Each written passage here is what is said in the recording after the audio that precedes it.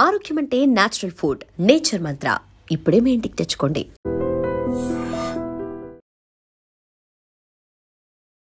జూబ్లీహిల్స్ ఉప ఎన్నికలు ఒకవైపేమో ప్రచారంలో రసవత్తరంగా అన్ని పార్టీస్ కూడా గ్రౌండ్లో వాళ్ళు ప్రచారం చేసుకుంటుంటే, ఇంకోవైపేమో ఒక కొత్త చర్చ స్టార్ట్ అయింది, ఓట్ చోరీ అని. కొన్ని బూత్లలో ఓట్ చోరీ జరిగింది అంటే అసలు అక్కడ ఎవరు ఓటర్లు ఉండరు, 4-5 అసలైన ఓటర్లు ఉంటే 40-50 ఓట్లు ఇట్లా నమోదైనాయని పెద్ద ఎత్తున ప్రచారం అయితే జరుగుతోంది మొన్నటి నుంచి కూడా. ఇప్పుడు మనం ఉన్నది అదే బిల్డింగ్లో. ఈ బిల్డింగ్లోనే 43 ఓట్లు ఉన్నాయి. అసలు ఇక్కడ ఉన్న వాళ్ళు ఎవరు కూడా ఓటర్సే కాదు, కానీ ఈ బిల్డింగ్లో 43 ఓట్లు ఉన్నట్టుగా బూత్ స్థాయిలో నమోదై ఉంది. సో ఓట్ చోరీ జరిగింది అని పెద్ద ఎత్తున బీఆర్ఎస్ అయితే ప్రచారం చేస్తోంది. దానికి ఆన్సర్ అయితే ఎన్నికల సంఘం ఇచ్చింది. మేము వెళ్ళి చెక్ చేసినప్పుడు అలాంటిది ఏమీ లేదు, అక్కడ ఓట్ చోరీ ఏమీ జరగలేదు. యాక్చువల్లీ 2023లో నమోదైన ఓటర్లే ఇక్కడ ఓటేస్తున్నారు అన్నటువంటి మాట ఎన్నికల కమిషన్ కూడా క్లారిఫై చేసినటువంటి సిచ్యువేషన్. ఆ బిల్డింగ్లోనే మనం ఉన్నాం. ఇక్కడే ఒక సార్ ఉన్నారు, వాళ్ళ అమ్మాయి ఇక్కడ ఉంటోందంట. సో వాళ్ళ అమ్మాయి ఇక్కడ ఓనర్. గత 2 రోజుల నుంచి ప్రచారం స్టార్ట్ అయింది కాబట్టి చాలా మంది వస్తున్నారు. అసలు ఈడ ఎంతమంది ఓటర్లు ఉన్నారు ఏంటి అని కనుక్కొని వెళ్తున్నారు. అసలు ఏమైతుందో అర్థం కావట్లేదు అని కూడా సార్ చెప్తున్నటువంటి పరిస్థితి. సార్ మీ పేరు? సార్ నా పేరు సత్యనారాయణ. ఓకే. ఇక్కడ ఎవరు? మీ అమ్మాయి? సార్ మా అమ్మాయి మా అల్లుడు గారు ఇద్దరు ఉంటారు. వాళ్ళిద్దరు ఇక్కడేనా సార్ ఓటర్స్? వాళ్ళు ఇక్కడ ఖైరతాబాద్ ఉంది, ఓటర్లకి ఖైరతాబాద్ లో ఉంది. ఇక్కడ జూబ్లీహిల్స్ లేదు, అందులో ఓటు లేదు. ఓకే. గత 2 రోజుల నుంచి కూడా ప్రచారం నడుస్తుంది, చూసారు కదా సార్. చాలా మంది వచ్చి అడిగి వెళ్తున్నారు. వచ్చారు, వాళ్ళ పేపర్లో కూడా చూసాం, వచ్చి అందరూ అడుగుతున్నారు. అసలు ఈ బిల్డింగ్ లో ఎంత మంది ఉన్నారు సార్? 43 మంది ఉన్నారా? 43 మంది ఉంటారు కానీ 12 పోర్షన్లు ఉన్నాయి. 12 పోర్షన్లు ఒక్కో పోర్షన్లో 4-3 ఉంటారు కదా, అంతే. ఓకే. ఇంకా 3 పోర్షన్లు ఖాళీగా ఉన్నాయి. మొత్తం కూడా ఫిల్ కాలే, ఇంకా ఫిల్ అవ్వలేదు. అది ఓకే. ఉన్న వాళ్ళందరికీ కొందరికి 4 ఉన్నారు, కొందరికి 2 వేసి ఉన్నారు, కొందరేమో 3 వేసి ఉన్నారు, కొందరికి 5 వేసి ఉన్నారు, అంతే ఫ్యామిలీ మెంబర్స్.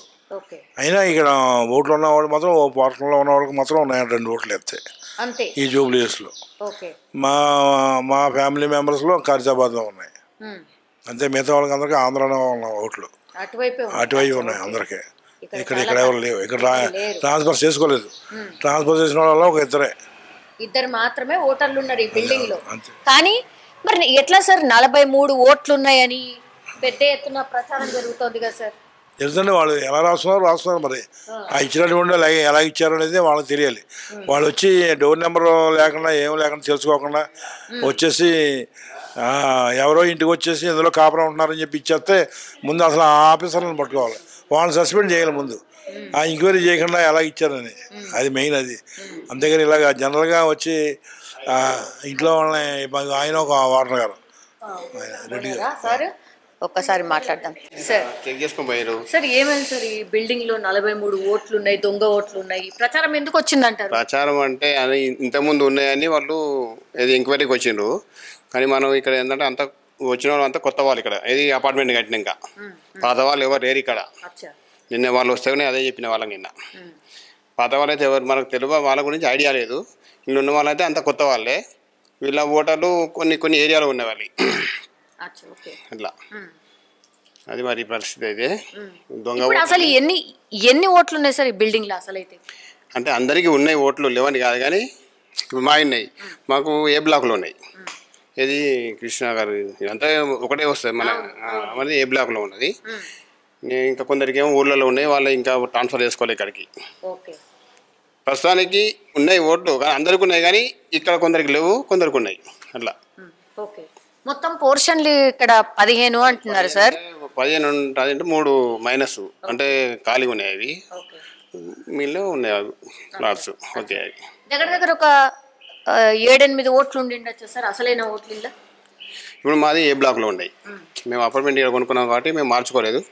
అంటే మనది జూబ్లీహిల్స్ కాన్షియస్ కాబట్టి ఎక్కడ వేసుకున్నా మనకు ఓకే.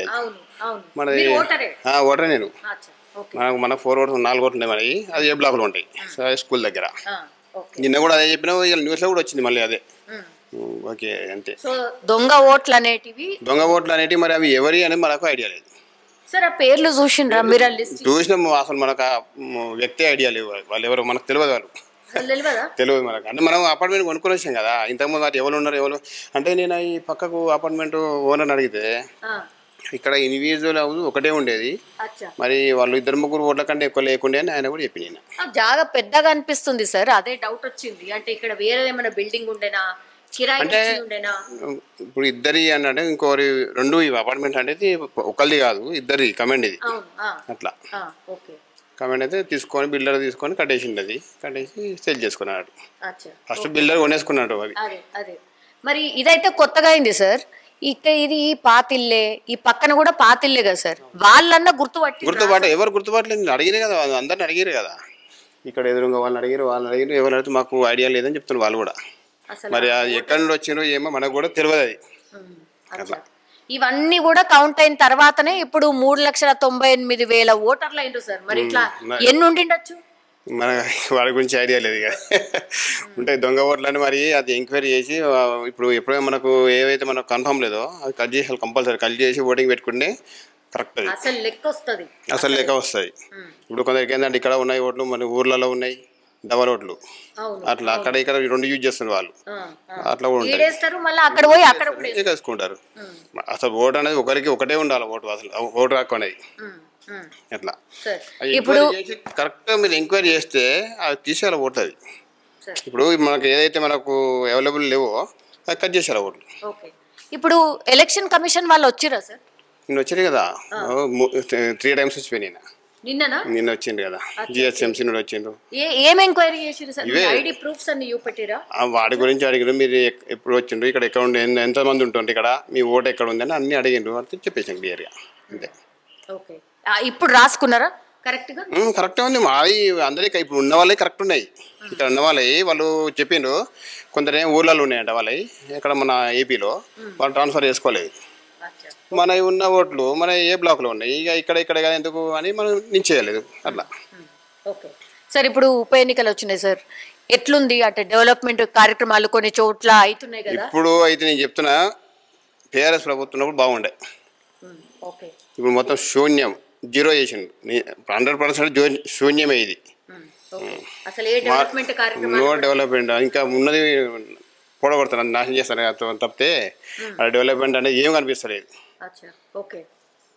సో మళ్ళీ బీఆర్ఎస్ వస్తేనే బాగుంటుంది. ఆయన బీఆర్ఎస్ ఎమ్మెల్యేనే ఉండే కదా సార్, ఆయన చనిపోయింది కాబట్టి మళ్ళీ ఇప్పుడు ఆయన ఎన్నుకుంటే, ఎందుకంటే ఆయన క్యాండిడేట్ గురించి ముఖ్యంగా మనకు రేపు భవిష్యత్తులో కేసీఆర్ ముఖ్యమంత్రి చేసుకుంటే మళ్ళీ మనకు ఒక దిశానిర్దేశం అని ఆయన చేస్తారు, కానీ వేరే వాడిని చివరించి కాదు, అది చాలా కష్టం.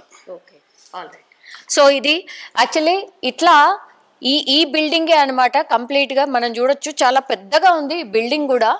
అంటే రెండింటిని కలిపి కడితే ఎంత పెద్ద జాగా అవుతుందో అంత పెద్ద జాగా అనమాట. సో ఇందులోనే ఈ బిల్డింగ్లోనే 43 దొంగ ఓట్లు ఉన్నాయనేసి ప్రచారం పెద్ద ఎత్తున జరిగింది. కాబట్టి ఈసీ వచ్చి ఇక్కడ 2-3 సార్లు వచ్చి పూర్తిగా ఇక్కడ ఉన్న వాళ్ళందరి ఇన్ఫర్మేషన్ తెలుసుకున్న తర్వాత ఒక క్లారిఫికేషన్ అయితే తీసుకున్నట్టుగా చెప్తున్నారు. చాలా అంటే ఇది లోపలికి గల్లీ లోపలికి ఉంది. ఇక ఒక్కసారి వీళ్ళు వచ్చిన తర్వాత ఇట్లా టోటల్లీ అంటే ఎంక్వైరీ చేసినట్టుగా ఎక్కడి నుంచి ఎక్కడి వరకు ఒక నంబరింగ్, ఒక కోడ్ నంబరింగ్ వేసుకొని వెళ్ళిపోయినరు.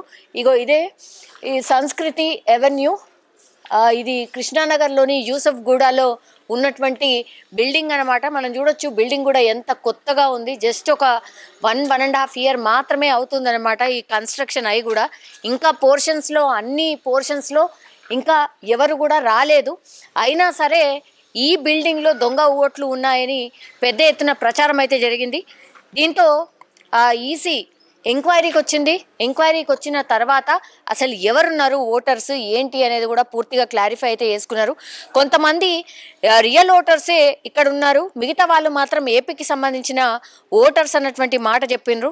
సో ఈ 43 ఓట్ల సంగతి ఏంటి అనేది కూడా పూర్తి ఇన్ఫర్మేషన్ అయితే ఈసీ తీసుకొని వెళ్ళినట్టుగా ఇక్కడ ఉన్నటువంటి వాళ్ళు కూడా చెప్తున్నటువంటి పరిస్థితి కనిపిస్తోంది. ఈ ఒక్క బిల్డింగే కాదు, ఇంకో 2-3 చోట్ల కూడా ఇట్లా 3 different ప్లేసెస్లో ఒకే పేరుతోని ఒక ఓటర్ ఉన్నట్టుగా ఒక దగ్గర నమోదైంది. ఆ తర్వాత ఇంకో బూత్ దగ్గర కూడా అక్కడ కూడా ఒక 13 దొంగ ఓట్లు ఉన్నాయంటూ ఇట్లా రోజు రోజు దొంగ ఓట్లు ఎక్కువగా ఉన్నటువంటి బూత్ స్థాయి లెవెల్లో కొంతమంది ఓటర్స్ రిపీటెడ్గా ఉన్నారు, లేదంటే లేని ఓట్లను కూడా క్రియేట్ చేసి ఉన్నట్టుగా రాపించుకున్నారు అనేది కూడా పెద్ద ఎత్తున సోషల్ మీడియాలో ఒక ప్రచారం అయితే జరుగుతోంది. వీటన్నిటి మీద కూడా ఈసీ దృష్టి పెట్టాల్సిన అవసరం అయితే డెఫినెట్లీ కనిపిస్తోంది. ఇంకా నెల రోజుల పాటు టైం ఉంది కాబట్టి అసలు ఎంతమంది ఓటర్లు ఉన్నారు అసలు లెక్క చెప్పాల్సిన అవసరం అయితే డెఫినెట్లీ కనిపిస్తోంది. మొన్నటి వరకు 2023 వరకు కూడా అంటే ఈ ఓటర్ల సంఖ్య ఎంత ఉందో దానికంటే రెట్టింపు అయినట్టుగా చూపెడుతున్నారు. కాబట్టి కొత్త వాళ్ళు ఎవరు ఏంటి అనేది కూడా ఈసీ పూర్తి స్థాయిలో గ్రౌండ్ లెవెల్లో వెళ్ళి చెక్ చేస్తున్నట్టుగా స్పష్టంగా మనం చెప్పొచ్చు. And for more videos, please subscribe to iDream. Please subscribe to iDream. Please subscribe iDream. And please subscribe to iDream. For more videos, subscribe to iDream. please like, share and subscribe to the channel. Congratulations, iDream. Subscribe to iDream. Subscribe to iDream. So subscribe to iDream Media. iDream ki iDream team andarki huge congratulations. Please subscribe iDream Media. Please subscribe to iDream. Subscribe iDream. Please subscribe to iDream. iDream అంటే నా కళల ఛానల్ను subscribe చేసుకున్న నోరు తిరుగుతలేదు, మీరైతే గంట గుర్తు కొట్టండి. For more such videos, please subscribe to iDream.